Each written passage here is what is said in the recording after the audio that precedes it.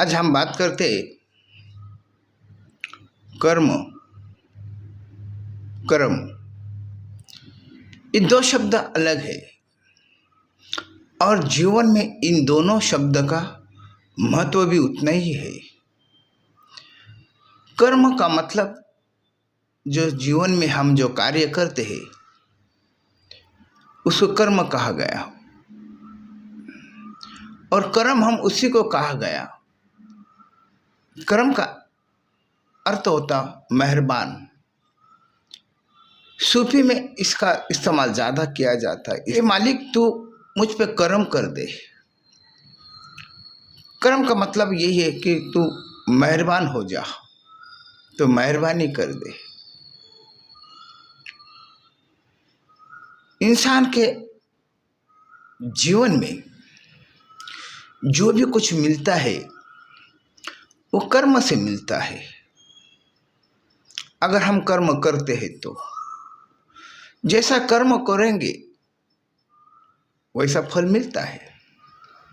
जैसे आप सोच रखते हैं वैसा कर्म होने लगता है। सूफी का ध्यान कर्म के ऊपर है, कर्म के ऊपर नहीं है। वो चाहता तो कर्म कर दे। और गीता में श्लोक है, गीता में श्री कृष्ण ने कहा तो कर्म कर और हो सका तो फल की आशा भी मत कर। यानी तो मेहनत कर और मेहनत का फल की आस मत कर।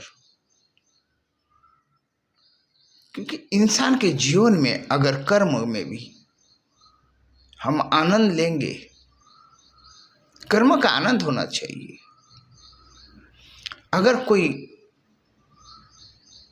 बिगारी या कोई कारागिर किसी के घर का काम कर रहा तो उसको आनंद होना चाहिए कि मैं किसी के घर बांध रहा हूँ। मत तुम जिसका घर बांधते हो वो तो तुमको फल देता ही है, वो तुम्हारा पगार तो देता ही है, मगर तुम पगार के आशा से काम मत करो। तुम किसी का घर बांध रहे हो, तुम किसी का घर बना रहे हो, इस आशा से जब तुम काम करते हो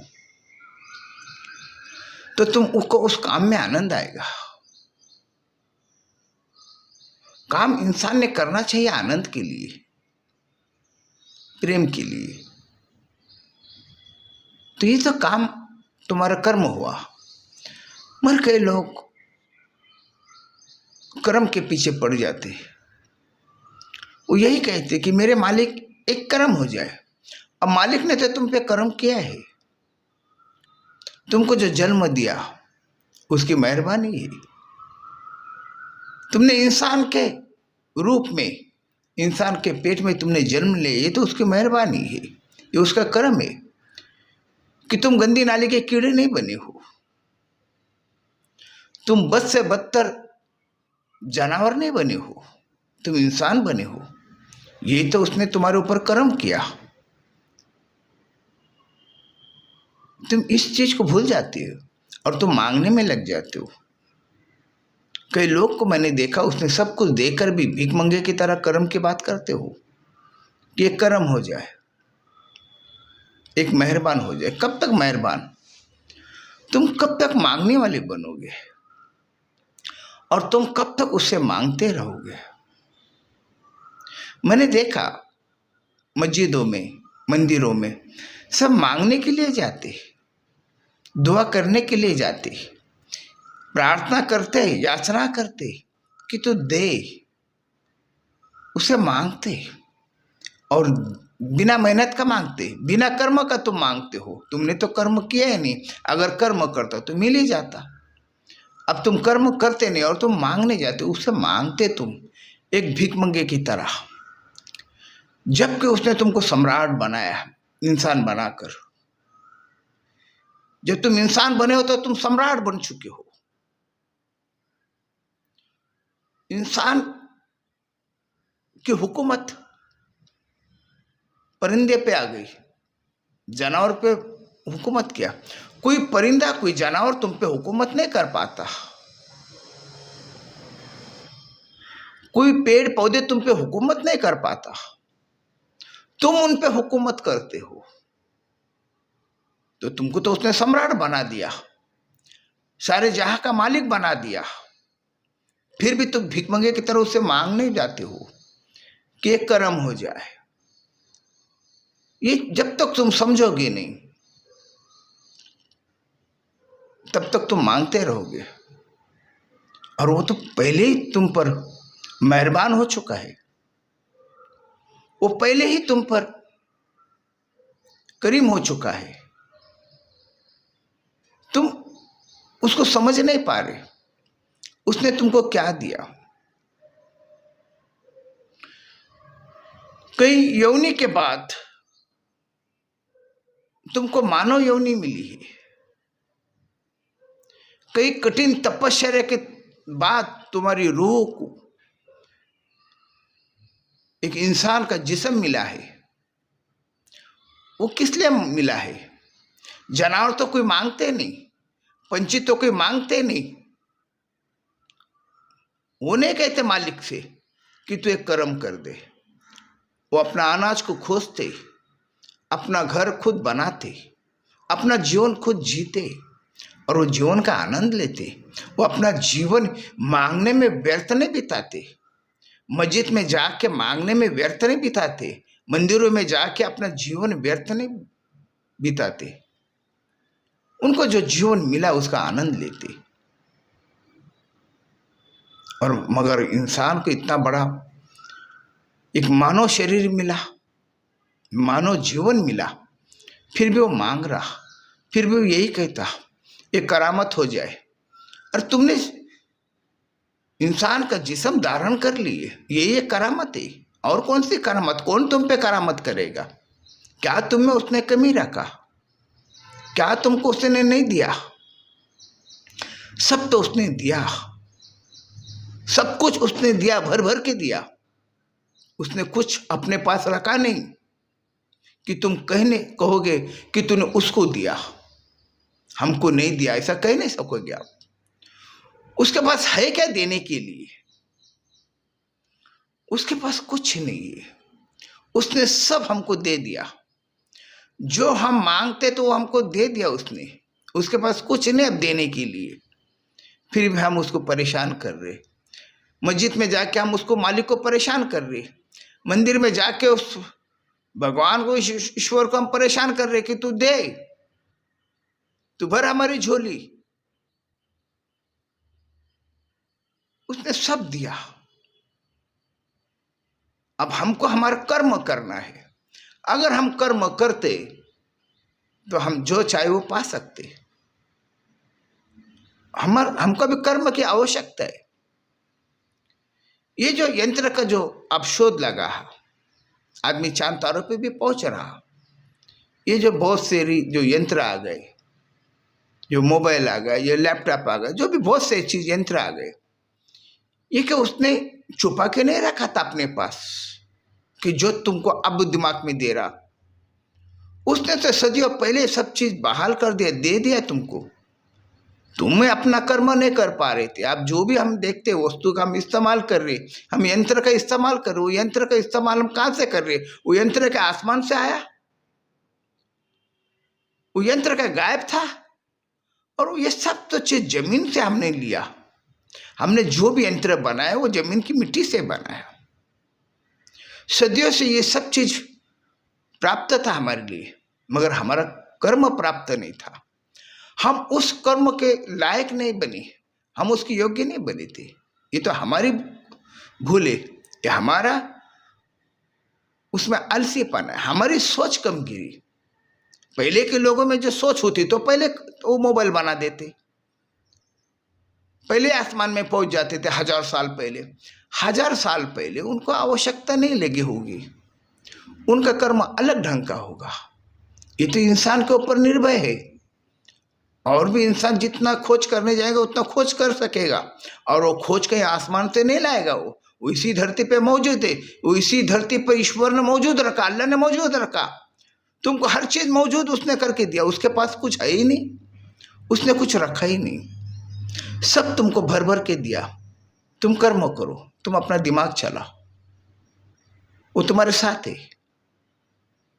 तुम भीख मंगे की तरह खड़े, वो भी तुम्हारे साथ है, उसको शर्म आने लगती। वो कहता क्या है ये? मैंने सब कुछ देने के बाद भी फिर मांग रहा मुझसे, मेरे पास है क्या?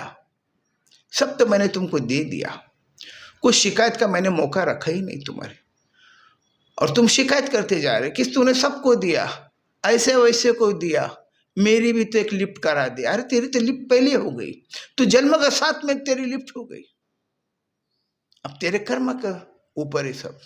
हमने देखे कई गरीब के घर को बच्चे पैदा हो गए और वो आगे चल के इस देश का राजा बन गया, वो साइंटिस्ट बन गया, वो इतने बड़े, इतना इंसान के भीतर उसने सब कुछ दिया है। इंसान ने अगर इस्तेमाल करेगा तब वो कामयाब होगा।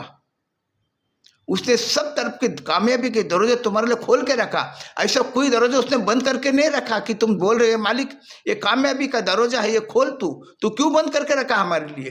तुम ऐसा कह नहीं सकते। उसका कोई दरवाजा नहीं है, उसका कोई उसने दरवाजा बना के नहीं रखा, वो कोई दरवाजे के भीतर नहीं है जो खुद को उसने बांध के रखा, जकड़ के रखा, ऐसा कुछ नहीं।